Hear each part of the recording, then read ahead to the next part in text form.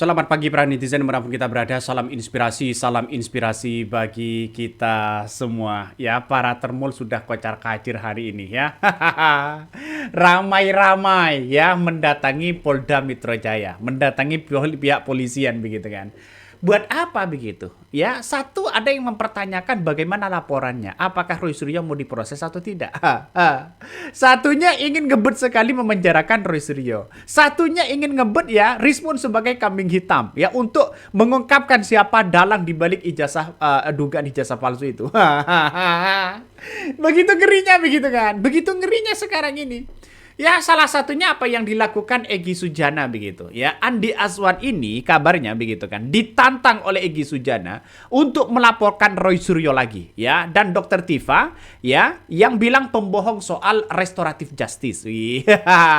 Padahal termol satunya begitu ngebet sekali bahwa restoratif justice begitu RJ SP3-nya masih belum keluar. Dan Rismon harus mengungkapkan itu begitu kan, ya. Dan pada akhirnya tidak satu diksi, tidak satu barisan begitu kan. Yang penting ngotot dulu satu ingin memenjarakan Roy Suryo. Ngeri-ngeri sedap begitu kan. Ya, Andi Azwan ketika ditanya oleh Egy Sujana begitu, ya. Kamu bisa nggak ya laporan Roy Suryo lagi begitu kan? Ya, jawaban Andi Azwan nampaknya sudah banyak bang laporannya. Coba kita tonton, Ini menarik lagi, ini menarik. Coba kita tonton seperti ini. Pertanyaannya, Anda bilang si Roy Suryo pembohong besar, ente bikin laporan polisi nggak? Kita Hukum di kantor polisi nih. Enggak, gini. Kalau Laporin. kita bicara pelaporan sudah banyak dilapor. Nggak sebagai pembohong besarnya itu. Kalau saya ini adalah kalau kita bicara dia kata saya pembohong, saya kata pembohong, ini narasi. Nah, itu kan? Ya, ditantang Egy Sujana untuk melaporkan saja dia masih bingung begitu kan. Ya, karena sudah tahu bahwa Roy Suryo begitu kan ya, ditantang untuk melaporkan Roy Suryo. Jadi Anda Azwan ini sudah kebingungan di situ begitu ya. Sebenarnya gampang untuk memenjarakan Roy Suryo. Buktikan ijazahnya, tunjukkan ijazahnya kepada publik begitu kan. Loh, ini ijazah saya. Sudah selesai masuk penjara Roy Suryo itu. Ya, tapi kalau bermutar-mutar seperti ini begitu kan. Ya. Aduh.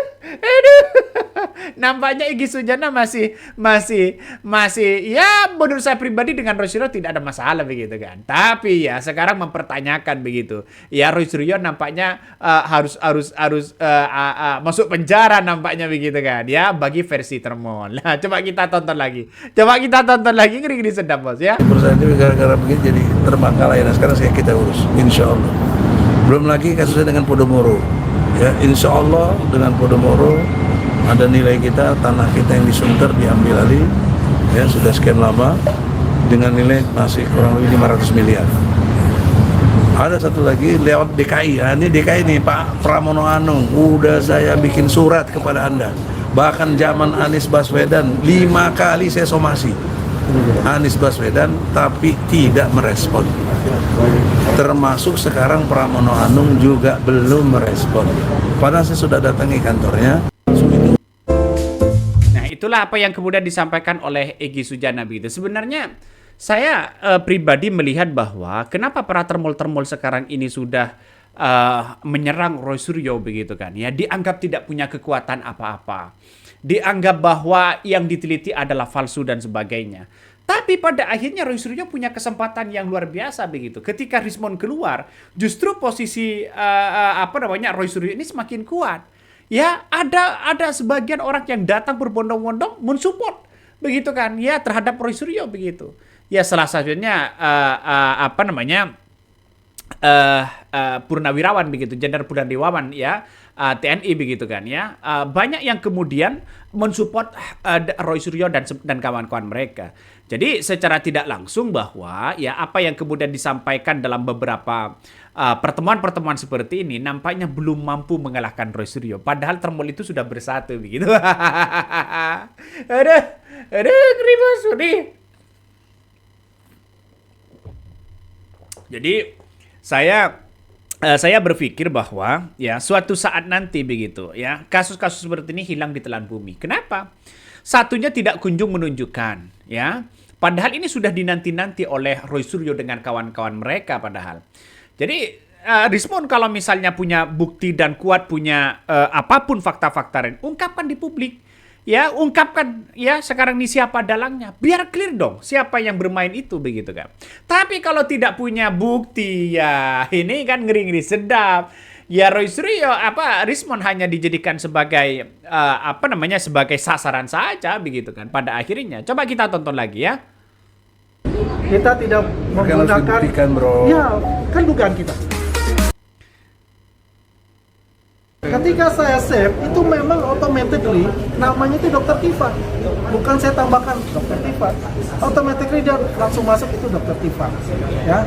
Kemudian saya tanya, ya, mohon maaf lahir batin saya jawab. Kemudian dia tanya, saya tanya dulu, apakah ini benar Dr. Tifa?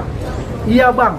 Kemudian dia jawab lagi, Bang Andi tolong Nah, ini kan soal Dr. Tifa yang dirayu untuk mendapatkan restoratif justice begitu. Artinya semuanya dirayu begitu kan ya untuk mendapatkan restoratif justice ya. Nampaknya restoratif justice ini sudah saya katakan sejak awal, nampaknya sudah mau diobral begitu. Makanya sejak awal saya sudah katakan begitu bahwa kenapa ya semua orang kok ditawari restoratif justice, ada apa begitu kan? Ada apa di balik ini semua? Maka yang saya lihat itu sekarang ini termol satunya mendesak, nampaknya sudah mau terbagi begitu kan ya. Satunya harus mendesak bagaimana Rismon untuk mengungkapkan dalang di baliknya. Yang disebutkan di media sosial seperti AHY, seperti Pak JK, seperti Puan begitu kan ya. Padahal ini tidak mendasar ya. Bukti-buktinya tidak ada di situ begitu. Kok bisa-bisanya muncul nama-nama itu begitu kan. Apakah karena jangan-jangan takut persaingan politik di tahun 2029 antara Gibran dengan AHY? Aduh, kacau. Jadi ayolah kita buktikan biar selesai begitu. Gampang begitu untuk membuktikan itu. Tapi nampaknya sampai sekarang ya belum ya membuktikan bagaimana yang sebenarnya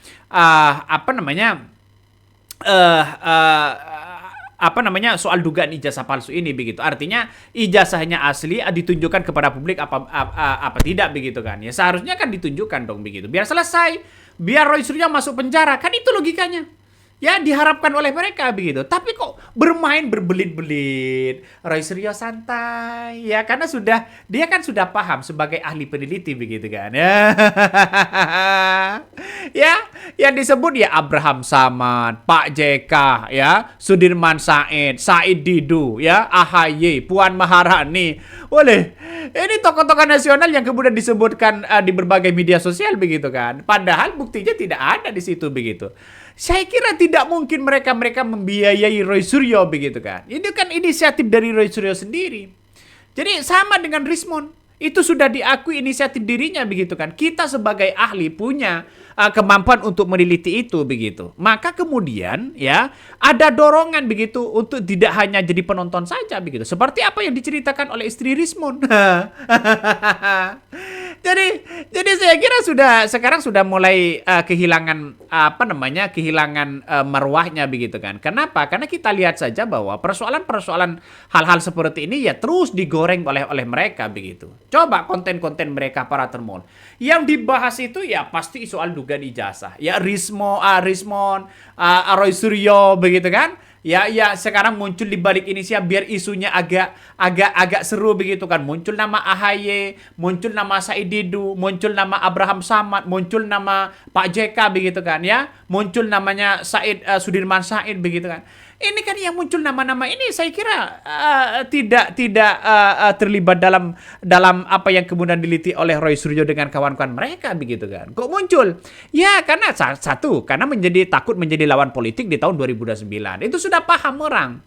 Jadi spekulasinya sekarang ini nampaknya dianggap orang itu bodoh semua begitu. Aduh, justru ini Pak Presiden Prabowo Subianto, justru hal-hal seperti ini mengganggu stabilitas politiknya. Ya coba kita bayangkan, ya keberhasilan Bapak, bagaimana pejuang-pejuang TNI yang kemudian dikirim soal perdamaian di Timur Tengah, ya Sekarang dengan isu-isu seperti ini justru orang-orang akan fokus ke isu-isu murahan seperti ini begitu kan. Coba kalau memang benar ijazahnya ya, tunjukkan selesai sudah ya. Kenapa ini berbelit-belit sana sini mencari orang-orang yang kabarnya begitu membiayai soal dugaan ijazah palsu. Ini gimana? Bahkan Trump memperingatkan, saya ingatkan. Berkali-kali dia mengingatkan. Mengingatkan apa coba? Ini kan pada akhirnya ya menurut saya agak lucu juga mereka begitu kan. Ya pada akhirnya isu-isu seperti ini dijadikan topeng untuk apa namanya untuk cari sensasi saja begitu pada akhirnya. Coba kalau memang benar ya secepatnya di pengadilan selesai sudah ya, siapapun yang masuk penjara di situ pembuktiannya di pengadilan itu aja, gampang kok begitu. Nampaknya berbelit-belit. Oke, mungkin itu yang kami sampaikan ya. Tonton terus di channel Hot dari Podcast Rakyat ini, jangan lupa di subscribe.